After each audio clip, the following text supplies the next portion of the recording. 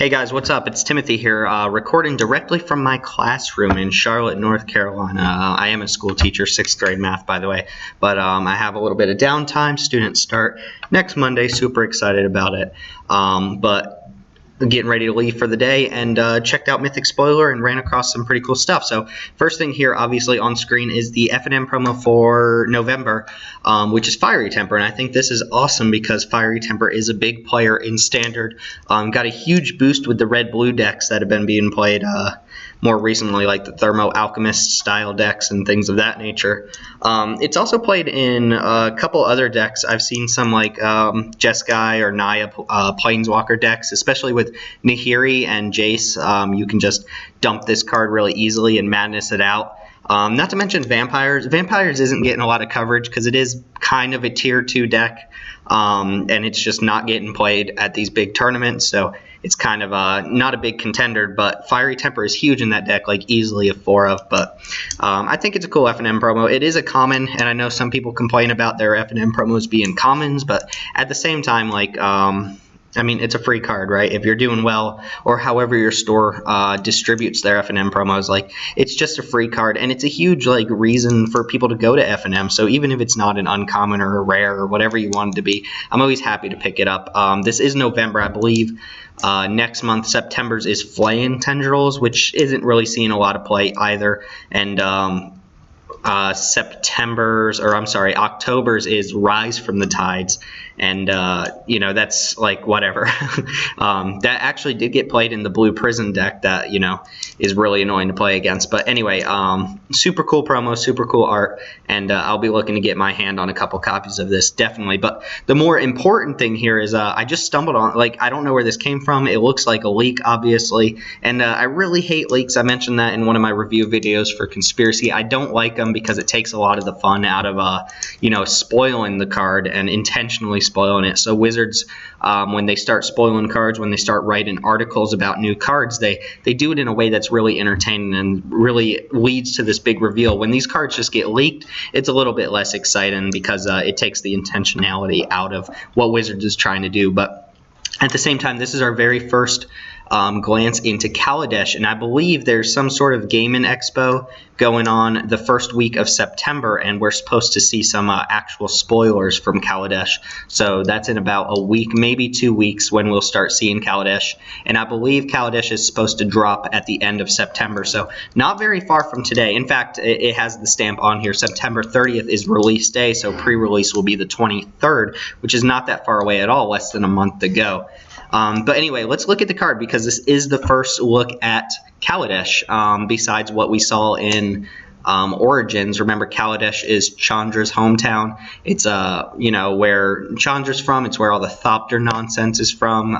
Cards like Thopter Spy Network and Pia and Kieran, obviously, even though they're dead. Don't know why I said that with a smile on my face, but you know, all of that stuff, all of the like red-blue based artifact stuff came from the Kaladesh theme in Origin. So anyway, Saheeli's Artistry is 4 and double blue for a sorcery that says choose one or both. And as a teacher, it's very important to read all the directions. When I read this, I skipped over that choose one or both. I just saw a bulleted list and assumed it was pick one or the other, and I was a little less excited. But the fact that you can pick both of these abilities is pretty cool.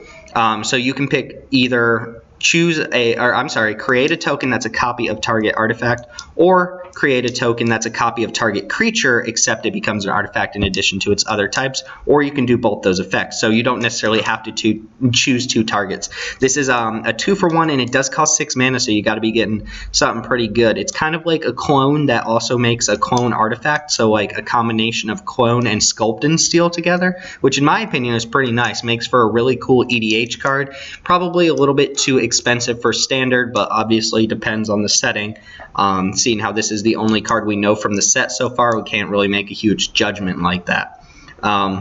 But this shows us a lot of cool things. First off, there's a lot of speculation that Kaladesh is going to be an artifact-based set, which is pretty much confirmed. I mean, what other evidence do you need? Just like the Thopter nonsense in general was like a dead giveaway, but also just the feel, the aesthetic of the plane that we're going to is very artifact-based overall, and this card clearly dealing with artifacts in multiple lights. We did see some concept art, or not concept art, but like official art of Saheeli, which is probably going to be like some sort of artificer planeswalker, and there's a lot of speculation, or at least a lot of hope, that it's going to be a red-blue artifact-based creature or something along those lines. She is probably going to be a planeswalker, which means that EDH still might not have its red-blue artifact commander, which I actually personally want. Because honestly, if you want an artifact-based deck, mono red is usually better, or red blue is good, but you don't really have a commander that fits the theme of your deck. But we'll have to wait and see what Saheeli is. Definitely a planeswalker, right? I didn't read all the backstory about it, but most certainly a planeswalker, but an artificer, so probably a planeswalker that makes artifacts or deals with artifacts in some sort of fashion.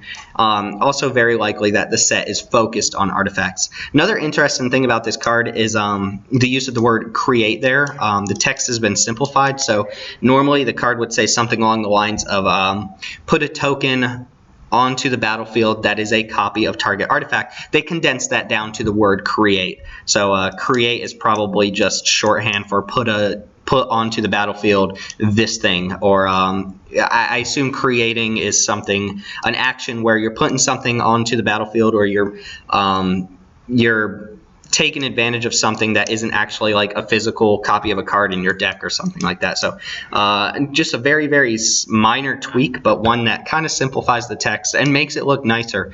One thing I read a lot about with R&D is they want the text box to actually look physically and aesthetically appealing. So the clunkier the text is, the more unappealing it is. And if you look, this is true, if you look at a lot of artifacts from like all throughout Magic, and their effects are like so crazy. The most recent example of this is probably something like Soul Separator. Like, it's just like they have an idea in mind, but the simplest way to word it is just like a huge text box. It looks really unattractive. It's confusing, so on and so forth. So using a word to simplify it, just like the keyword abilities, simplify abilities, is pretty nice.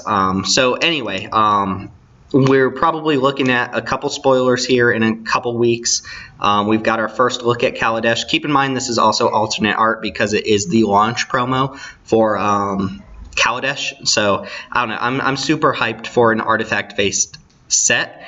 And, you know, we've had a couple of those before, but I wasn't playing at those times. So I'm really interested to see how Kaladesh turns out. The last two sets we've been in have been return to blank sets, return to battle, or there goes the screensaver. Return to Zendikar and return to Innistrad. So I'm really excited to see a new plane. Tarkir, I think, was a really well-designed plane, and I also love Theros too, so I like when we get to visit new planes.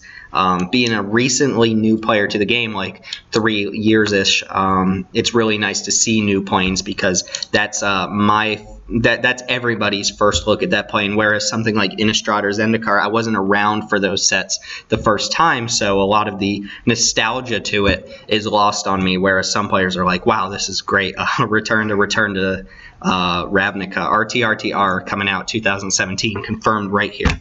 Anyway, that's it for today. I just thought I would share that with everyone. I hope you're excited, and I would love to hear what your theories about Kaladesh are, what kind of cards you think we're expecting, and what kind of themes. Like, it's very obvious red or blue is probably going to be our artifact-based colors, but what does that leave us for the rest of the colors? At the moment, I don't really know, but yeah, there you go. Saheeli's Artistry, first spoiler or first leak from the set, which likely means more leaks coming soon, unfortunately. But yeah, I'm excited, and I hope you guys are too. My name's Timothy, and I'll see you all next time.